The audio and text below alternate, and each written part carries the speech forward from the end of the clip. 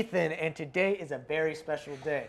Today that we are recording this full moon, Friday the 13th, is the 50th anniversary of Scooby-Doo. So to celebrate, we're going to be talking about the live-action movies, Scooby-Doo and Scooby-Doo Monsters Unleashed, both of which are directed by Raja Gosnell and were written by none other than Guardians of the Galaxy director himself, James Gunn. Yeah. And they all star Freddie Prinze Jr., Sarah Michelle Gellar, Linda Cardellini, and Matthew Lillard, the god himself, as Shaggy. Oh, yeah. So, we're going to get into the first movie here. If you haven't figured it out by now, I'm a massive Scooby-Doo fan. I love it. I've loved it ever since I was a kid, and I convinced these three guys to talk about it with me. And I don't know if they like it or not, so I hope they do. So we're going to start out with the first one. Ian, what do you think? Yeah, so just with the first one, it just hit so close to home. It was such a childhood movie. It was a movie that I remember watching a lot when I was younger, and so rewatching. I hadn't seen it in 4 or 5 years, and it was just so refreshing to just chill out and rewatch it. It was just so much fun. Loved it. Yeah, but that's what Scooby-Doo is. It's kind of like a way to like kick back and enjoy the nostalgia. Like I grew up watching the original Scooby-Doo Where Are You cartoons, and then when Scooby-Doo What's New Scooby-Doo came out, and then the movies came out, which were just like a punch in the gut how awesome they were. Like that's one of the most legendary acting I've seen from all those actors. What I really enjoy about watching kids' movies when you're an adult is all the adult jokes hidden throughout. Yeah. Like I like how they subtly reference that Shaggy is a stoner. Yeah. Oh yeah. The whole he time. Likes Mary Jane, I love it so much. Well, the craziest thing about this movie, which, I mean, James Gunn is just an absolute madman, was he pitched this movie as being rated R. Really? And they started making the movie with the intention that they were making an R-rated movie, and then like a few weeks into production, Warner Brothers called them and was like, no, we're making this PG.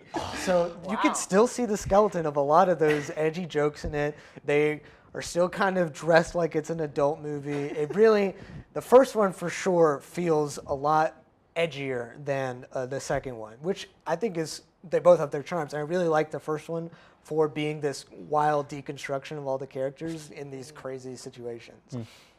Yeah, like I really want to see an R-rated cut of this. Like if James Gunn ever is not working on Guardians, which he probably will be until his death. Release the Gunn cut. Yeah, the Gunn cut of Scooby-Doo. Bring back all the original actors and just make them do all this weird As we all know, the story of the first live-action Scooby-Doo movie is the gang has split up, but then they all get these letters inviting them to go to Spooky Isle, a haunted amusement park, and its own island in the middle of nowhere where these college students aren't behaving like normal college students. They're not getting drunk and partying. Instead, they're behaving like well-behaved, sober adults. And that's the mystery they have to solve. I love it. I love it so much. This G-rated island, like hosted by Mr. Bean. Yeah. Dude, I cannot believe it's Rowan Atkinson. And he is so good. He's so good. In the pocket of like knowing exactly what kind of movie he's in. And to be honest, all the actors are. They all kill it. I mean, what do you guys think? You guys like the performances? What do you think about Oh yeah, definitely. I especially like Scooby. Yeah. Yeah, like I think even though it is a bit dated with the CGI, I think what they did a lot with Scooby-Doo was actually like pretty good. Yeah. And a lot of the, I don't know if it's motion capture or completely. It's not. Okay, not. so here's the deal. Go ahead. I love it so much. It all comes down to the truly incredible performance by Matthew Lillard. And I know I make it like it's a joke or whatever, but when he's on screen with Scooby-Doo, there's nothing else on screen with him. There's not like a ping pong ball on a stick. There's not a person in a morph suit like there are now. There's nothing. He's genuinely acting off of nothing with actual emotion and is making eye contact with this thing that's not even remotely there. And it's even more impressive when you look at the other movies from this time period that do it. Star Wars, where all the performances are wooden because they've never done this before. They don't know what they're talking to. They have no idea what's happening. Whereas Matthew Lillard, and to be honest, the other ones as well. It's just that he spends as much time with Scooby than the rest of the actors. Right. But they do an incredible job of selling that Scooby-Doo's really there. So even though the effect isn't great, it holds up more than most just because of how believable the performances bouncing off of this CGI creature is. Yeah, and just the acting overall is like Linda Cardellini. I did not know who she was until Scooby-Doo. Like I'd never seen Freaks and Geeks, And I legit jumped from her being Velma in Scooby-Doo and then finding out she was actually Hawkeye's wife in Adventures. That's such a big jump that I got. And you have all these other like horror legends too. You got Sarah Michelle Gellar, who's Buffy Vampire Slayer, exactly. And God, they're just like a bunch of household names now. Yeah, Matthew Lillard from Scream. Yeah, exactly. And this just shocked me because like all these people from like horror movies or just the genre itself are just come together to make this horror movie. Yeah. That's actually really just a stoner movie. And yeah, I mean, it works really well. All the actors know what the characters are, because even though they're really simple, basic characters, like, oh, Daphne's the one who gets in trouble or whatever, they find a way to bring them to life in a believable way. And to this day, Matthew Lillard still voices Shaggy in all the cartoons because he just loves it so much. Also, like, another madman genius idea from James Gunn is having Scrappy-Doo as the main villain. Yeah, I think freaking that's just plot genius. twist. 10 out of 10. The climax of Scooby-Doo is they have to stop Scooby-Doo's soul from being sucked out into Mr. Bean, who's actually Scrappy-Doo the whole time.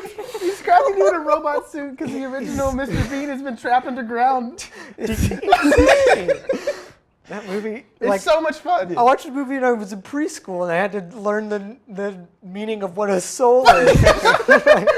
It's crazy. Do you think James Gunn was just like, he showed up to Warner Brothers, he showed them, and Warner Brothers just kind of looked at him and been like, They just said it's not rated R. it's not rated R.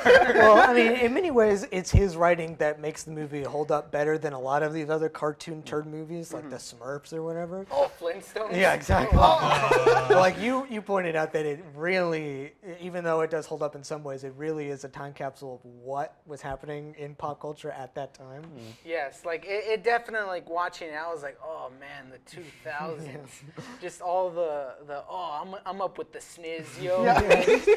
There's a Sugar Ray performance. It's like just almost a full performance, like in the middle of. The movie's definitely dated, but it's dated in the best way. You know, you could watch it and be like, this takes me back. Yeah. Like Carrie was saying, when I was a kid, I always watched a bunch of Scooby-Doo on Cartoon Network, these movies, the animated series and whatnot, and just, it's a perfect time capsule in that regard. Yeah, for sure. Yeah, and then James Gunn goes on to introduce himself to the Scooby-Doo world with Scooby-Doo 2, Monsters Unleashed. A movie that is even more like closely tied to the original source material.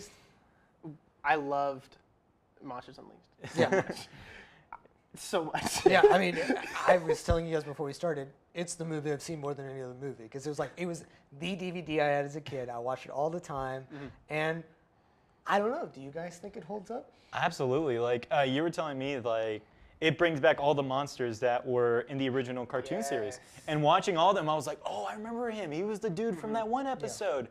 And then like it jumps ahead where it's like, oh, these are actually monsters. Yeah. These things could like do things. They don't really kill anybody in this movie. He didn't pitch the rated R version. I love that so much, and I also love throughout most of the movie, they have you thinking that Seth Green's like the bad guy, and he's just As there. if Seth Green could be the exactly. bad guy. He's just chilling, and it's just he's not the bad guy. Like, And the appeal of Scooby-Doo 2 is that it wasn't written to be rated R. It was written to be a kids movie. right. And it, unlike the first one where it was like, let's deconstruct these characters, this was more like a love letter to them, because it really does feel like just a longer episode of the cartoon. Yeah. Which I think is great. And there are a lot of crazy things that happen in the movie. There's the iconic scene where Shaggy and Scooby, they're drinking the potions and they go through all kinds of crazy transformations. I love it. I don't think I'll ever get a chance to say this again. Shaggy gets tits, and it's amazing. It's just, I don't, like, they're all transforming, like, Scooby turns into, like, a giant slug. It's wild. And then they, like, start fighting each other. Then we get the endless meme potential of all of this, of this movie. Absolutely. I mean, I am the single most biased person talking about it, but I think it's a masterpiece. Yeah. Like, and also this movie is like the only one that really got me like bellyache laughing. Like I was laughing so hard during this movie. It really has is. really good lines in it. Yeah. Most of which come from Matthew Lillard. Well, see, one of the things that I really like, when we were talking about Scooby-Doo in the first one, I know that they changed it up a little bit for the filming of the second one. specifically the dance scene when Yeah. they go in there. I mean, not only is Shaggy dressed as a blunt, but Scooby is like a guy or is a girl like in a suit with like a mocap head, so Yeah. they could like add it so they should still have the movement. I can I just say, if you look at the dance sequence from Scooby-Doo 2, and then you look at the dance sequence from the hit film Marmaduke, both of which feature a CGI Great Dane dog, dancing, the Scooby-Doo 2 one looks amazing. It does. It's so good. You heard it? The afro too. Yeah. Love it. I think one last thing I do want to address. I think we all both enjoyed these movies, and Yeah. since we're talking about this on the 50th anniversary of Scooby-Doo, do you think we'll ever hit a golden zone like this again with Scooby-Doo in film? I don't know. I know a Scooby-Doo animated movie There's is maybe coming one out. coming out next year, but I really Yeah. don't know. I mean, it is a perfect storm of both actors and writers and directors who all knew exactly what they wanted from the story. They loved the characters enough, and it all worked perfectly so that it actually came into its own as like a really good movie, to both as like a fun kids movie and a movie that lives up to what the cartoon means to like kids like me who grew up with it. I don't know. I mean, I just think it's important that Scooby-Doo, because there will be more movies. There's another one coming out next year, but I don't know that they can. That as long as they are products rather than like passion projects, I don't know that it can regain the excitement that I feel watching those original movies. That's fair. That's a fair criticism of all of But it. you know what? If they bring Matthew Lillard back, who knows? Yeah. Yeah. Has there been announced on the Yeah, casting? so you want to know the cast? Hit it. Okay, so Fred is Zac Efron. Oh my God. Oh, no. Daphne is Amanda Seyfried. And Mean Girls.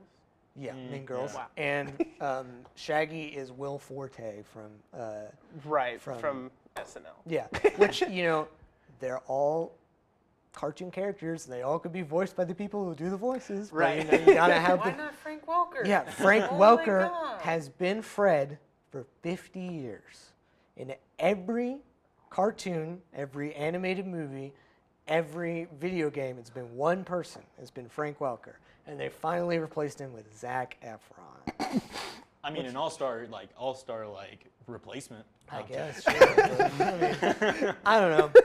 Maybe the new movie will be good. I don't know, but we'll always have these two, right? Yes. Yeah. All right, so final rating, anybody for the we're doing- Scooby-Doo Duology? I feel like it should even 20. Here's Yeah. well, 5 here's, out stars, of 5 10 out of 5. stars. Yeah. here's my opinion. Scooby-Doo, the first one, is an ironic masterpiece. Scooby-Doo 2 is a genuine. I love it. I love it so much. Pretty much sums it Yeah. up. So 5 out of 5 all around. Yep. Woo! Thank you for watching the College Cinephile Scooby-Doo review. We hope you enjoyed that. We're going to try and do more interesting content such as that. But please watch our other videos down below. Don't forget to like, subscribe. Do you have anything to say? I don't. Nice. Thank you for watching. Everyone have a good one. Yeah. Shaggy gets tits.